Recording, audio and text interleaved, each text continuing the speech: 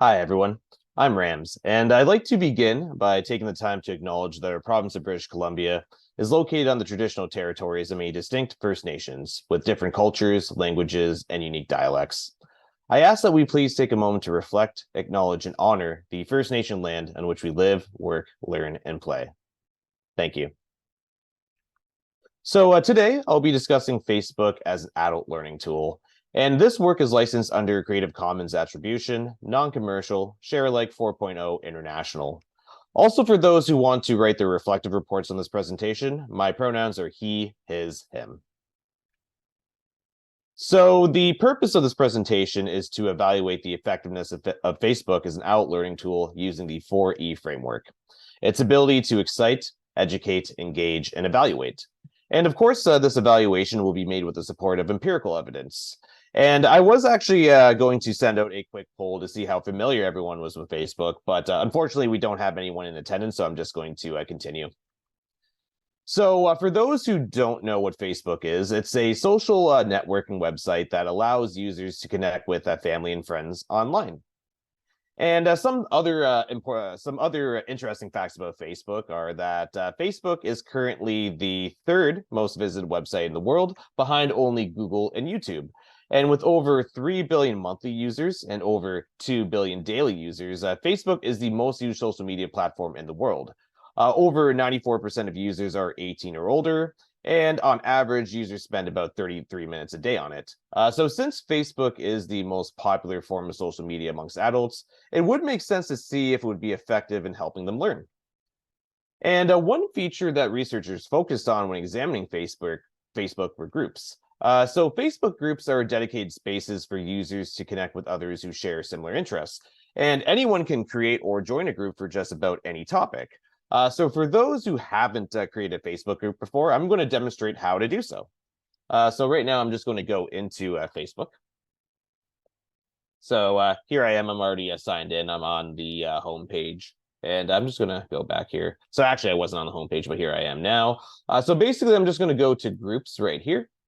And once we are in groups, from here, we would go to create a new group. And then once I go to create new group, this is where I'm going to basically input the group's name. So I would do it right here. So for example, I'm just going to call this group perhaps assignment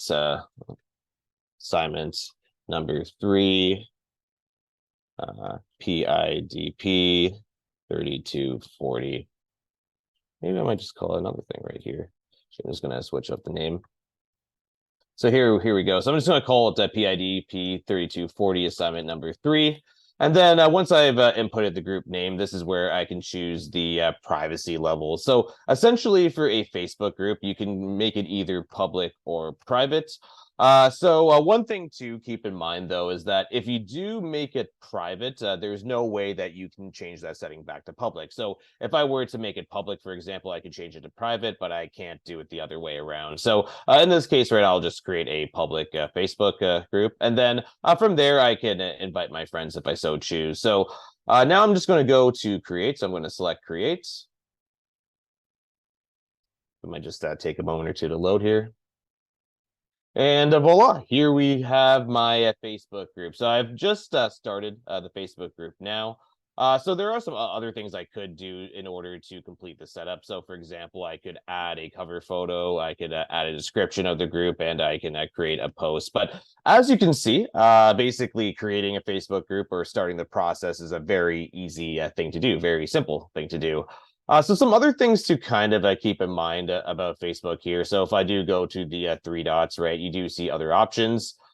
So if I wanted to perhaps delete the group, what I would have to do as the group administrator basically is to essentially make sure that there are no other people within the group. So I'd have to essentially kick them out of the group. And then from there, I could leave the group. And then by me leaving the group as the last member of the group, it would delete the group automatically.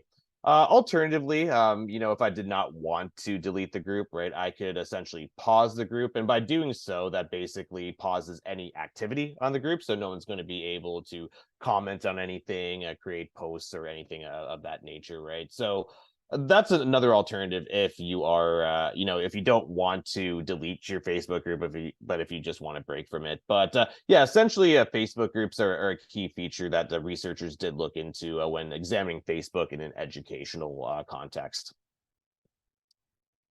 All right, so getting back to the presentation here, one of the earliest studies on Facebook groups was actually done by Erica Estes of the University of Rhode Island in 2010. And for this study, 30 pharmacy students were invited to join a private Facebook group pertaining to their course. So 3 students were assigned each week to post a topic about healthy aging, while the other students were expected to comment or react. And at the end of the course, students wrote reflections regarding their experience using the Facebook group, and a survey was given. And after analyzing the results, Estes concluded that the Facebook group allowed students to discuss topics more openly and facilitated class discussion. For example, some students indicated that they were too shy to speak in class, and it was easier for them to articulate their thoughts through a Facebook post. Others saw the Facebook group as a great opportunity to further discuss topics that weren't sufficiently covered in class. Estes also saw that the relationship among students improved as the course went on, to the point that they were contributing to discussions both online and in class more naturally. In 2012, a group of researchers looked at the potential of Facebook as an alternative to the traditional learning management system. They argued that Facebook groups contain at least 2 out of the 3 components of an LMS. So they allowed instructors to provide students with digital learning materials, and they had an interactive component that allowed students to interact with one another like a forum. The only thing that was missing was Facebook's ability to manage the course and learners by maintaining tests, evaluating learning, and giving grades online. So, further study, 43 graduate students were required to join a Facebook group as part of the course. And something interesting to note is that some of the students created their own Facebook groups beforehand. And at the end of the course, they were asked to complete an assessment reflecting on their activities in the group and to report any difficulties they had in using it. Upon analyzing the data, the researchers found that students had an overall positive experience with the Facebook group. It allowed them to create a connection with their colleagues and stay in communication with their instructor. The most common difficulty that students faced in using the group was locating old items, as instructors could not manage the organization of content like in a traditional LMS. Other difficulties mentioned were the burden of keeping up with the activity in the group and the blurring of boundaries between Facebook as a social space and as a learning space, and the difficulty of expressing oneself in writing. So some of those did actually express difficulties expressing themselves in words, essentially. Nonetheless, the researchers concluded that Facebook groups are good for learning because they're designed in a way that encourages collaboration and communication. To quote the authors, the Facebook group is not just another discussion group, but a unique environment that can serve as an interesting alternative to the elaborate collaborative learning processes. A more recent study looking at Facebook as an LMS was done over a 4-month period during the COVID-19 lockdown. And this study is unique because it's the first one to use Facebook as the sole platform for learning.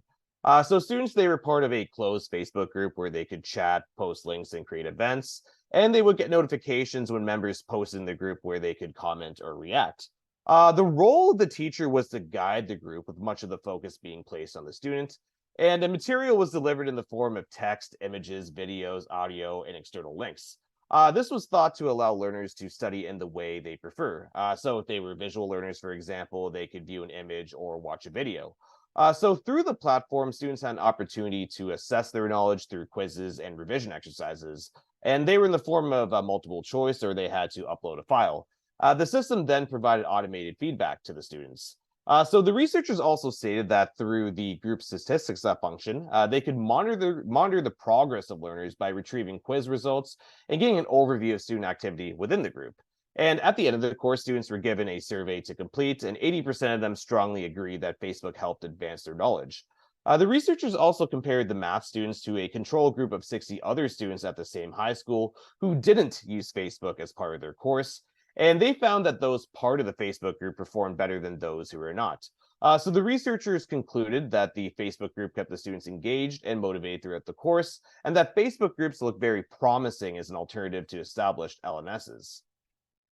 Based on the results of the previous studies, we can see that Facebook is engaging. Facebook is engaging because it promotes active learning by providing a dynamic and interactive learning environment that also acts as a social space. And this environment has been shown to encourage open communication, student collaboration, and active participation. Although there were limitations regarding Facebook's functionality as an LMS, particularly in managing, organizing, and retrieving course content, Facebook and particularly Facebook groups do an excellent job of engaging learners as active participants whenever they are used. So I am inclined to give Facebook an A plus for engagement. So we can see that the researchers are excited about the prospect of using Facebook as a learning tool, but does Facebook excite learners? Well, the results are mixed. On the one hand, students are open to the prospect of using Facebook to support their learning.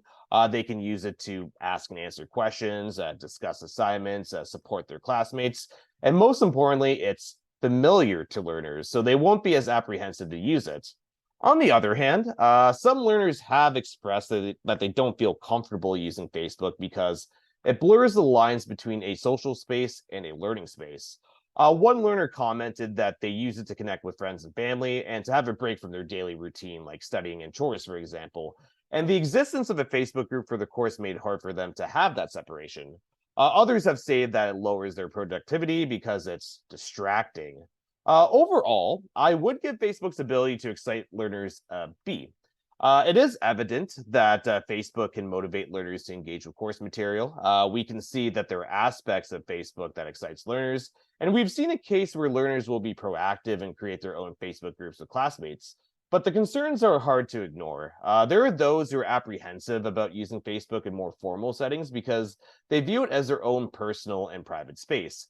And they want to keep those boundaries clearly defined. For example, some learners didn't like the prospect of getting friend requests from their classmates. And sadly, Facebook hasn't gotten any less distracting over the years. But Facebook does provide a collaborative learning environment that the adult learner can thrive in. It's a place where they can interact with peers, exchange ideas, and share resources. It's a place where they can engage in informal learning by engaging with and discussing course content outside the classroom. And it's a place where they can be self-directing. This is because if implemented correctly, Facebook groups are ultimately learner-centered environments that gives learners more choice and control in the learning process. They can choose how they want to engage with course content. For example, some learners might be more proactive and will create posts and initiate messages, while other learners might be more reactive and will mostly comment and react to the posts of others. They can identify the materials that will help them with their learning needs through resource sharing, and they can even diagnose their own learning needs if they're having difficulties understanding the content. However, there is one issue with an informal learner-centered environment, and that's unprofessionalism. So there have been instances where instructors had to call students into their office for acting inappropriately in the course's Facebook group.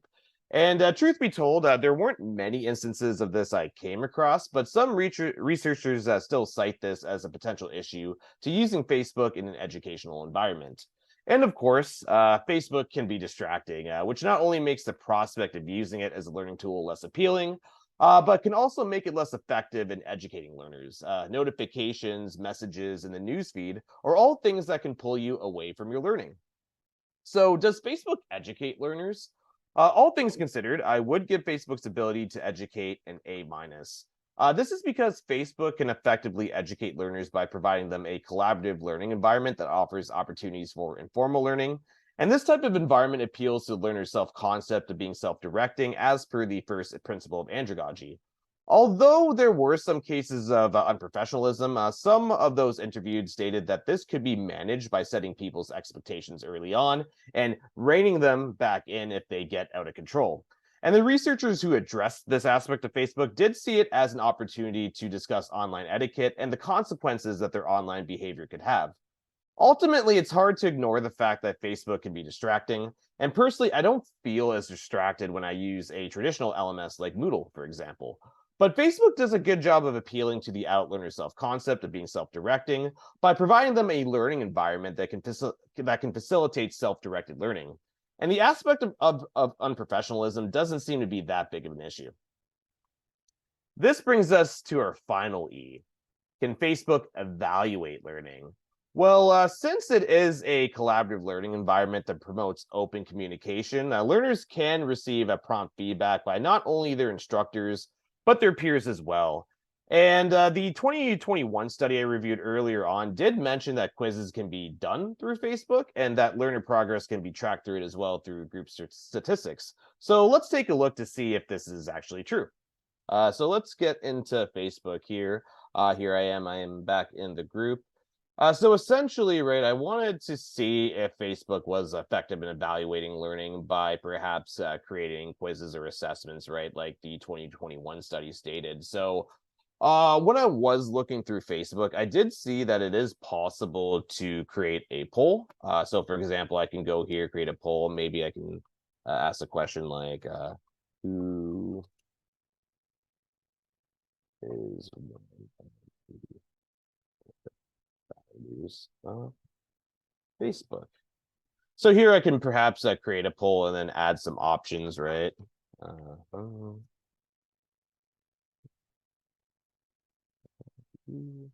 And I can go here to option 2.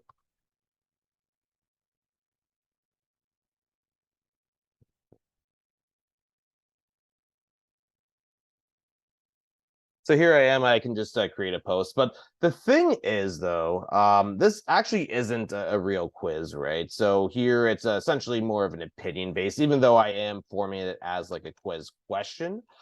So the researchers in that Trusis's study did say that they were able to create quizzes. So when I was going through Facebook, I didn't see the ability to do that. So for example, you can perhaps like upload files and things like that. So I did do a quick Google search as to how to create quizzes. So how to create quizzes in a Facebook group. And what I did find when I did go to the Facebook Help Center is that it appears that quizzes are created through something called a Workplace.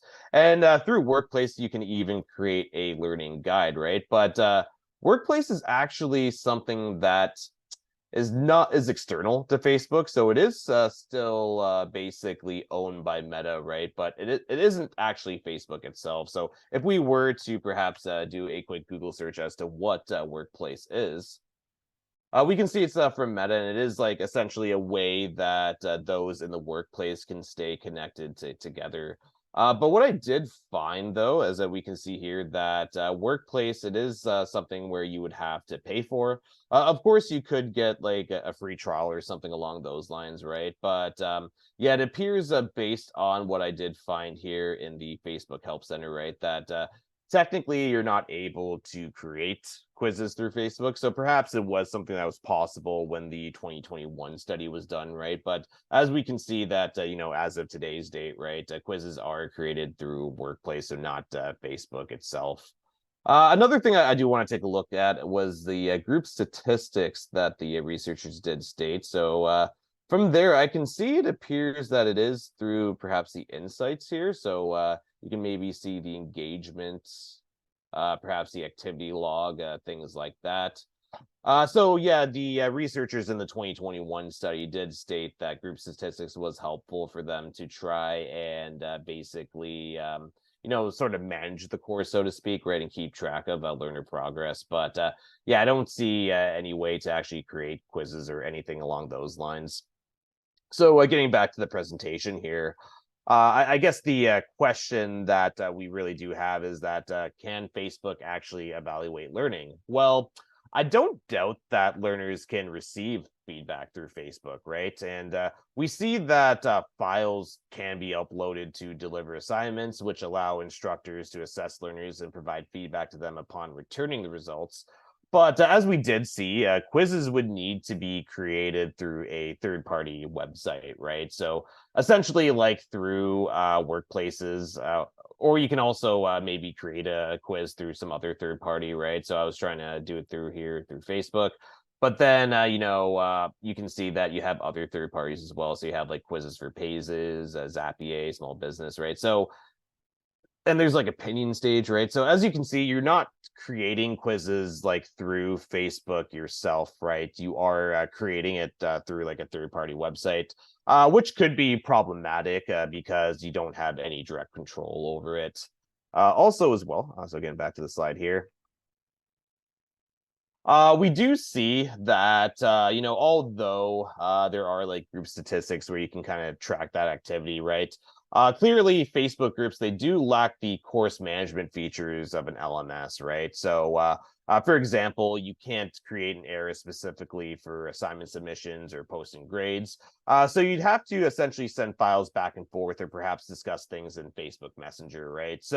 When it does come to evaluating learning, I would give Facebook a B. I think Facebook does allow instructors to evaluate learning by monitoring activities, posts, and comments of learners, so it can help them in that way. And Facebook can also facilitate peer evaluation. So there is empirical evidence, right, stating that, basically learners can receive feedback not only from their instructors, but their peers as well. But if you are an instructor looking for a way to manage and organize course content in a way you see fit, and evaluate learners by posting grades, I would say that you are better off using a traditional LMS. So overall, as an adult learning tool, I give Facebook an A minus. There is empirical evidence to support Facebook's ability to engage and educate learners. However, when it comes to exciting and evaluating learners, there is more to be desired. To be honest, I'm not sure how Facebook can improve in these aspects. Facebook has been viewed as a personal space for years, while LinkedIn fulfills the role of being a professional space. And it appears that Meta wants Workplace to be their professional space while keeping Facebook a personal one. So I don't see the overall perception of Facebook changing anytime soon. It also looks like Meta is trying to put effort into developing Workplace as their premier learning platform as well. But it can't be denied that as a learning tool, Facebook is a familiar social media platform that can engage learners by making them active participants in a collaborative learning environment. And for something that's free to access, that's not too bad at all. Here are my references, and here's another page of references as well. So I was going to have, time here at the end to basically address questions. However, since we don't have anyone in attendance, right, I might just leave you with some questions of my own. And, if you want to comment on them down in the comment section, feel free to. So some questions that you can maybe consider do you agree with my assessment of Facebook as an adult learning tool? Are there any maybe limitations that you can think of that would impact Facebook's ability to be an effective learning tool as well? So just some things to perhaps think about, and if you have any opinions on the subject or anything else you'd like to say about Facebook as an adult learning tool, feel free to let me know below in the comments. With that being said, thank you for attending my presentation, and I hope you enjoy your evening.